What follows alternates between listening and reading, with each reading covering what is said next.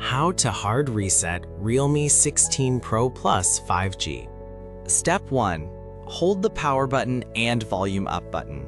Step 2. Select power off and wait for the device to shut down.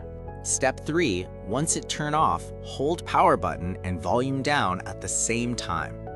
Further guide is available in the description below. Since the remaining steps are technical and complex, we have detailed them in an external blog post.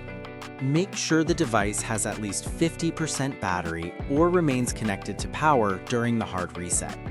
After the hard reset finishes, disconnect any cables and let the phone sit for 30 to 60 seconds before use. Open the link in the description to continue and finish the hard reset process.